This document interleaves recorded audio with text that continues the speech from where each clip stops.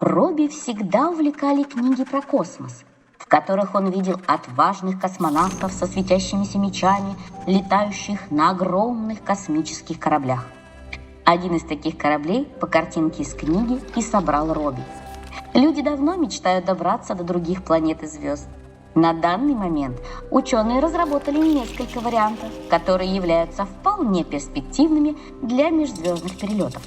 Из книги Робби узнал о первом проекте межзвездного корабля. Он был разработан в 1970-х годах в США и назывался проект Дедал, но так и не полетел в космос. А ты знал? Космические полеты – дело непростое и даже опасное, поэтому разрабатываются полностью роботизированные космические корабли. Уже сейчас есть полноценные космические роботы. Они называются космические зонды или космические обсерватории. Давай возьмем конструктор Робби и соберем свой космический корабль.